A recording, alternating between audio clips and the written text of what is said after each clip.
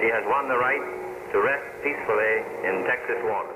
Howdy and hello. I'm Travis, Vice President of Ship Operations, Battleship Texas Foundation, and I'm talking today in the ship's wardroom on the ship. So we're talking bum dope today. So if you don't know what bum dope is, it's Old Navy lingo for bad information. So the origins of it kind of go back all the way back in the 1930s and 40s with naval aviation. So dope was slang for information, and bum, one of the slangs it was bad. So bad information. You know, it's like I got a bum knee, so I got bad bum knee, bum dope, bum information. So that's where the origins of that phrase come, and it kind of worked its way into the Navy's slang lexicon, if you will, and it's particularly strong in the naval aviation community. So the bum dope we're going to be talking about today is regarding the ship's current status, some of the planned repairs, and then stuff that we've heard. So we scoured the interwebs. We came up with 7 ones that we think that we want to share with you right now, and come back for more, because this is going to be a series. There's never a shortage of bum dope about this ship.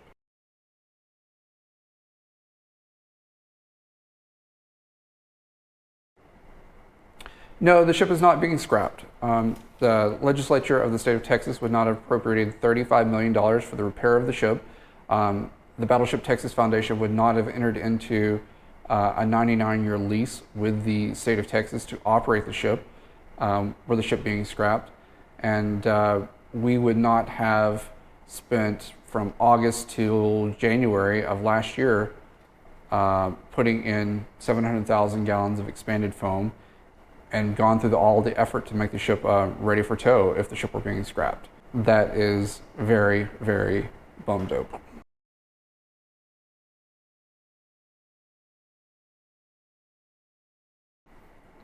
No, the ship is still at San Jacinto. I can look out the porthole over here through the starboard porthole in the wardroom, and I can see the trees of the park and the red tile roof restroom, which, by the way, is the oldest building in San Jacinto State Historic Site. It's almost as old as the ship, or maybe slightly older. So we are very much still in San Jacinto, and well, come September 4th and 5th, you can see that we're still in San Jacinto when we reopen the ship. So come see for yourself, come enjoy the park, and see the monument and all that good stuff, and the museum there. The ship will not leave San Jacinto until we are ready to go into the dry dock, or rather the dry dock's ready for us, which will be Q1 of next year. So that's between January and April of next year. So believe me, when the ship goes out of San Jacinto, there's going to be such a hoopla that you've never seen before. We're going to try to live stream it from the ship. So we'll see if we can make that happen. It's a 100-year-old ship, so technology, yeah.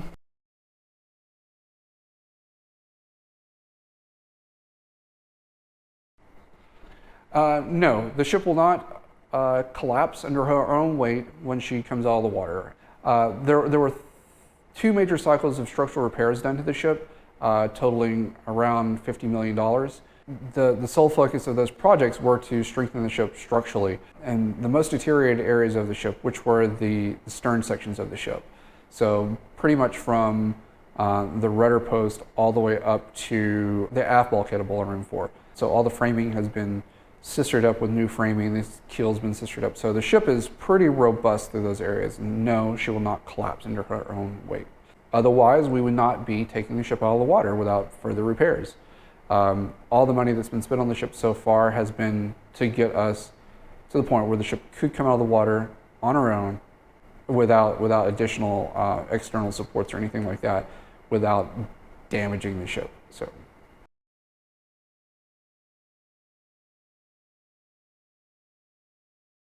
So this piece of bum dope, it's like everywhere, I guess. I mean, and a lot of it comes from, I guess, people, well-intentioned people thinking of, hey, well, where are the available dry docks that the ship could go to? Well, there's one in Mobile. Yeah, there is. However, it's in Mobile. We're trying to minimize the risk to the ship. So a Gulf tow is a risky proposition. There's a level of risk involved with that, and we're trying to minimize the risk that we put onto the ship. We've been working very hard to keep the ship within Gulf water, or the Galveston waters, Galveston Ship Channel waters, and Houston Ship Channel waters, so to minimize the risk to the ship. And I think another part of the second part of that bum dope is it kind of gets conflated when people think of where the ship's going for repairs. They think of that as being the final home. Well, that's not the case. So, I mean, you take your car to the garage, but your car, a repair shop, your car doesn't live there. I mean, it stay there for a day or two, but eventually it's going to come home and sit in your driveway or your garage. So this is the same kind of premise here. The ship's going to go to a shipyard, come out of the water in a dry dock, and then go back into the water, and then we'll go to a new home. So I think that's how people supposing that the ship's going to Alabama for repairs, and conflating that with being the new home for the ship. And the reality is that the state of Texas would not have spent, by the time that this project's completed, around $85 million for the ship to go to another state. There are other ships that do that, and Iowa and Wisconsin. Iowa's in LA, Wisconsin's in Norfolk, and Missouri is in Hawaii. But that's more how those things worked out for the ship. It's not the current, I guess, owner sending the ship to a different state to live. That's not the case at all. So bum dope, ship's not going to permanently home in Alabama. The ship going to Alabama for repairs. I will not say that is not an impossibility. It's always a possibility with the ship, but the likelihoods of it happening are very, very, very low. One thing I've learned in my experience with historic ships is never say never, and always prepare for the unexpected.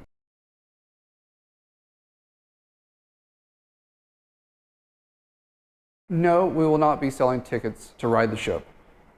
There's a lot of reasons for that. Mostly the Coast Guard has certain regulations that we would have to follow if we were selling tickets, because then you would be a paying passenger. We will have a riding crew aboard, and every member of our riding crew will have a specific task to do. But again, we're not selling tickets.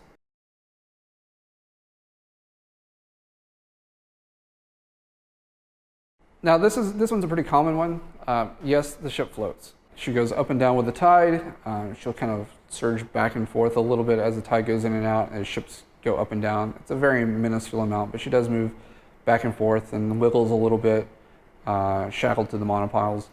The only time that the ship does not float is when we at a low tide or a low tide, and then blowout tides. But the ship floats.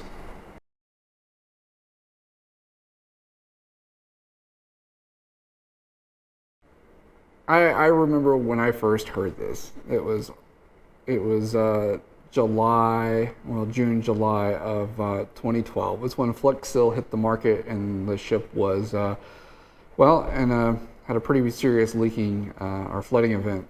And we got, hey, you ought to use FlexSeal. Hey, you ought to use FlexSeal. So for us, it became a running joke. But we hear it a lot. And the simple fact is that we tried it, not on the hull, because one, it doesn't cure underwater, it doesn't cure wet. We tried it both in like the tape and the paste and the aerosol on, overhead leaks in the steel overhead on second deck. So, rainwater wouldn't leak into the interior of the ship.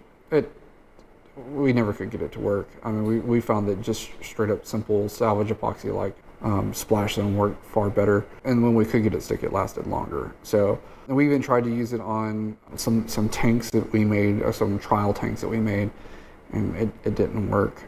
Tanks for soaking parts and stuff didn't work. So FlexSeal, not a great application for what we're doing. I mean, other folks may have had better luck, but for us, no.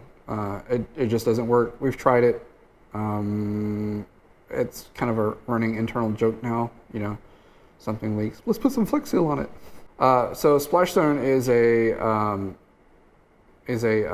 two-part epoxy, and it's used for, it's an epoxy putty, and it's used for anything. Just think of it as like industrial Play-Doh.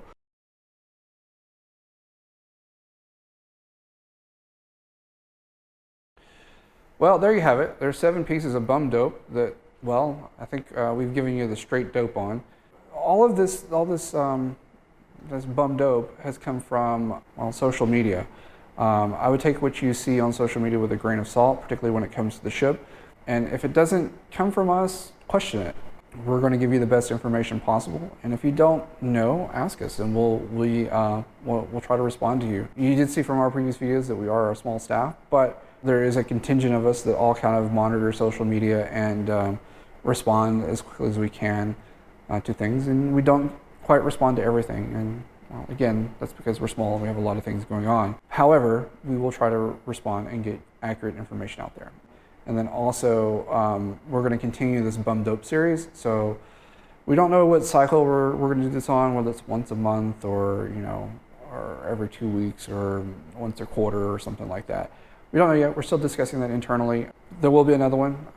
And this series will pretty much talk on anything that's current about the ship, but also historical aspects as well. So the whole, it was a 280 German shell versus a 240 German shell that exploded under the navigation bridge. So we'll sort that out. And then also try to give you a little, particularly on the historic things, how some of those came to be and how some of that bum dope originated. So I think that's kind of interesting as well to see how that stuff spread and how it grew on the historical side of things.